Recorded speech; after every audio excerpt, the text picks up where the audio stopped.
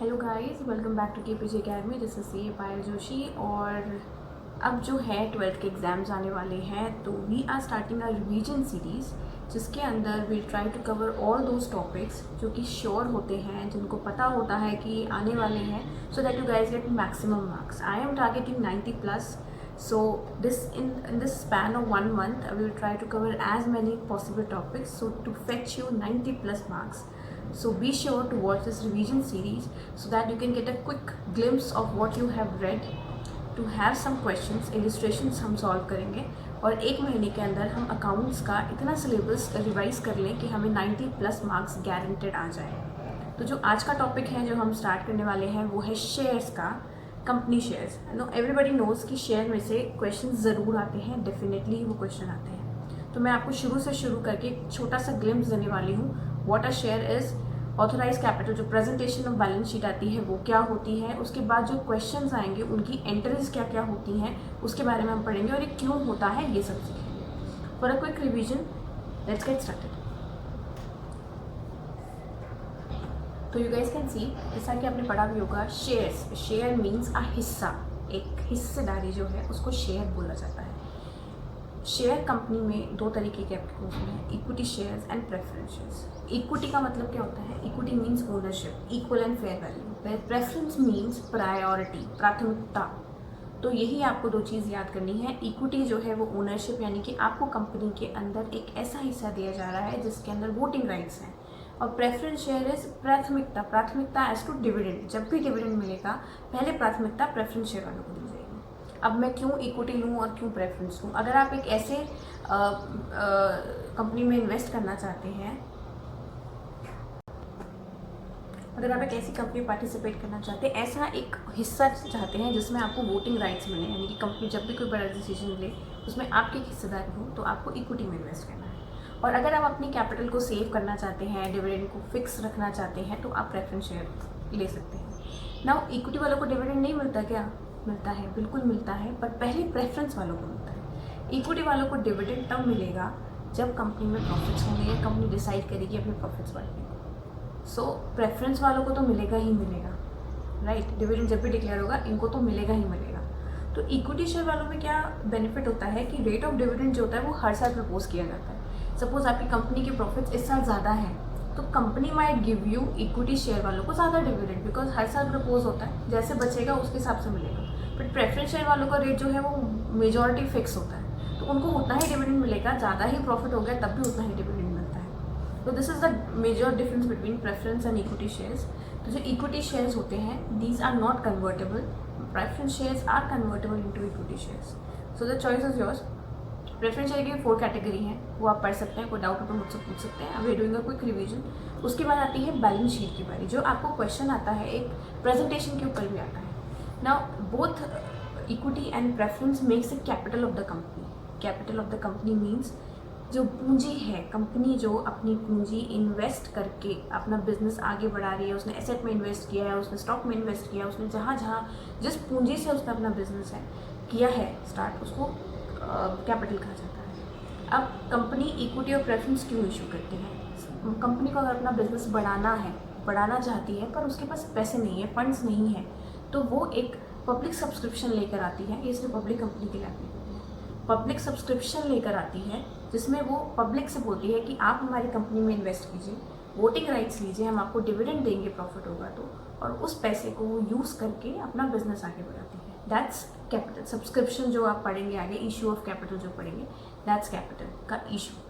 ठीक है, अब है कैपिटल की बारी। कैपिटल जो है आपकी है ऑथोराइज्ड, इशूड और सब्सक्राइब्ड। ऑथोराइज का मतलब है आपके पास इतनी ही ऑथराइजेशन है भाई, इससे ज़्यादा कैपिटल आप इशू नहीं कर सकते। तो आपकी जो ऑथराइज कैपिटल है, इससे ज़्यादा कैपिटल आप नहीं बढ़ा सकते। This is your authority, that is the limit कि आपकी इतनी ही कैपिटल है, इतनी अथॉरिटी आपके पास है, इससे ज़्यादा आप नहीं बढ़ सकते। दूसरी आती है इशूड कैपिटल। ऑथराइज आपके पास जितनी मर्जी हो, आपने उसमें से कितनी इशू की है, कितने आपने इशू किए हैं कैपिटल, उसको इशूड कैपिटल कहा जाता है। मान लीजिए आपके पास अथॉरिटी है 10 लाख रुपीज़ की कैपिटल, पर अभी आपको उतनी ज़रूरत नहीं है, इतना आप नहीं चाहते इशू करना, आपने एक लिमिट सेट करके रख लिया, इन फ्यूचर अगर मुझे ज़रूरत पड़ेगी तो मैं इसको यूज़ करूँगा। बट अभी आपने इशू किया है सपोज 2 लाख, इसमें से आपने 2 लाख इशू किया है, तो 2 lakh is your issued capital. Minded, आपने इशू किया है, अभी वो पैसे नहीं आए हैं। जब वो पैसे आ जाते हैं, कैपिटल सब्सक्राइब हो जाते हैं, सब लोगों ले लेते हैं, उसको बोलते हैं सब्सक्राइब एंड फुली पेड। अगर इसके ऊपर पूरे के पूरे 2 लाख रुपए आ गए हैं, उसको बोलेंगे subscribe and fully paid. Correct? तो this is your authorised, issued and subscribed. अगर सब्सक्राइब्ड के अंदर कुछ लोगों ने पैसे नहीं दिए हैं, आपने मंगाए थे पर नहीं दिए हैं, तो वो एक कैटेगरी अलग बन जाती है, subscribed but not paid up, not fully paid up. कैसे? 2 लाख की सब्सक्रिप्शन दी, लेकिन लोगों ने अभी तक आपको 1,80,000 रुपये ही दिए हैं, राइट? तो 20,000 रुपये की जो आपके जो शेयर्स हैं, अलग से कैटेगरी जो है, वो आपकी subscribed but not fully paid up के अंदर आएगी। वो शेयर्स, पर्टिकुलर वही शेयर्स, राइट? तो अभी उसकी प्रेजेंटेशन हम सीखेंगे। मैंने आपको एक बेसिक बता दिया कि सब्सक्राइब्ड क्या, ऑथराइज क्या, इशूड क्या, इनमें क्या डिफरेंस होता है। Alright,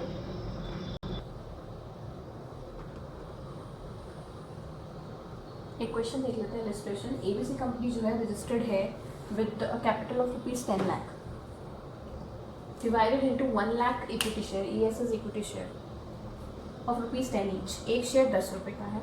It issued 75,000 equity shares to public for subscription. It received applications for 70,000 equity shares. The directors called 10 rupees, which was duly received. 10 रुपये उन्होंने मंगाए थे, वो सारे रिसीव हुए। पहली चीज़ आपका देखनी है, इसको प्रेजेंट करना है बैलेंस शीट में। पहली चीज़, what you need, authorise capital. तो ऑथराइज यानी कि limit, registered with a capital of ₹10 lakh. तो this is your authorised capital. Okay, this is your AC, okay, authorised capital, जो कि कितने शेयर है उसके अंदर? 1 लाख शेयर है। ओके, 1 lakh share into 10 rupees gives you 1 lakh, 10 lakh rupees. 1 lakh share, 10 रुपये का एक शेयर, 10 लाख। ये हो गया आपके ऑथराइज्ड कैपिटल। अब सेकंड चीज़ क्या देखनी है? Issued capital. Now it issued 75,000 equity shares, IC is 75,000 equity share. That means amount कितना हुआ? 75,000 इंटू 10 गिव्स यू 7,50,000। आपने इशू किए 7,50,000 रुपये। ओके, इशू इतने कर दिए आपने, लेकिन जो आपको रिसीव्ड हुए हैं एप्लीकेशन, वो सिर्फ कितने की हुई? 70,000 रुपये की। ऐसे ही 70,000 लोगों ने एप्लीकेशन दिया बस, राइट? इशू आपने भले कितने मर्जी किए, लेकिन आपके पास जो रिसीव हुई एप्लीकेशन वो 70,000 की रिसीव, यानी कि 7 lakh rupees. 70,000 into ₹10 which was duly receive. सारे पैसे रिसीव हो गए, 70,000 रुपये आपको रिसीव। तो अब जो कैपिटल आपकी बैलेंस शीट में नजर आएगी, this is your extract of balance sheet. जो बैलेंस शीट में कैपिटल नजर आती है, वो सिर्फ वही कैपिटल नजर आती है जो आपके पास एक्चुअली है, ऑथराइज नहीं, इशूड नहीं, जो आपके पास पैसे आए हुए हैं। सब्सक्राइब्ड कैपिटल जो है वो यहाँ पे नजर आएगी। This is actual. आपके बैलेंस में कितना आ रहा है? That is 7 lakh rupees. तो आपकी जो शेयर होल्डर फंड, जो आपका फर्स्ट शेड्यूल है equity and liabilities, share holders fund, share holders fund के अंदर शेयर कैपिटल है, दैट इज बोथ इक्विटी या प्रेफरेंस दोनों आती है इसके अंदर। अभी हमारे पास सिर्फ इक्विटी है, और वो कितने की है? जो एक्चुअली आपके पास बैलेंस है, balance sheet is balance you have, balance is 7 lakh rupees. तो दिस इज 7 लाख यहाँ पे शो। ओके, अब जो इसकी डिटेलिंग है वो बनती है नोट्स टू अकाउंट्स में, जो हम इसके बाद बनाएंगे। अभी ये तो आपको क्लियर हो गया होगा कि जो हमारे पास बैलेंस शीट है उसमें से वही पैसा आता है जो हमारे पास एक्चुअली है, जो राइट एक्रूवल बेसिस। और इस केस में शेयर कैपिटल में आपके पास 7 लाख रुपए आ रहे हैं। एक्रूवल बेसिस के हिसाब से 7,50,000 आना चाहिए। क्यों नहीं आएगा? क्योंकि ये आएंगे नहीं, this is not going to come. आपने किया था इशू, बट आई सिर्फ 70,000, तो वो ही आएंगे इसके अंदर। What ever balance you have in your hand वही आएगा इसके अंदर, राइट? अब हम इसके बाद बनाएंगे notes to accounts. Okay, so authorised capital AC is your 10 lakh rupees. 10 lakh rupees का मतलब you have to write 1 lakh equity shares at ₹10 each. This is your authorized capital, which gives you 10 lakh rupees. Next is your IC. IC is your 7,50,000. You have to write 75,000 equity shares at ₹10 each. which gives you 7,50,000.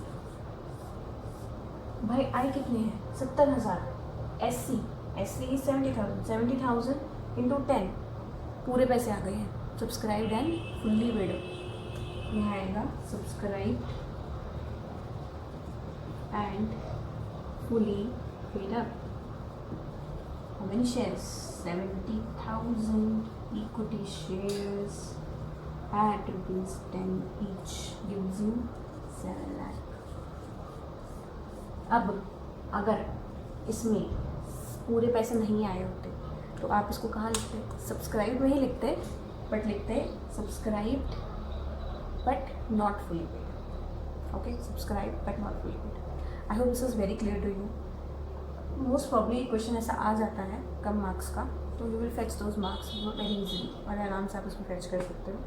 This is the one with presentation of balance sheet. The next topic which we are going to do is general entries.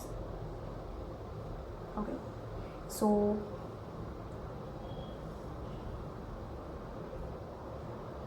the next topic which we are going to do is journal entries. So please, I hope this topic is clear to you.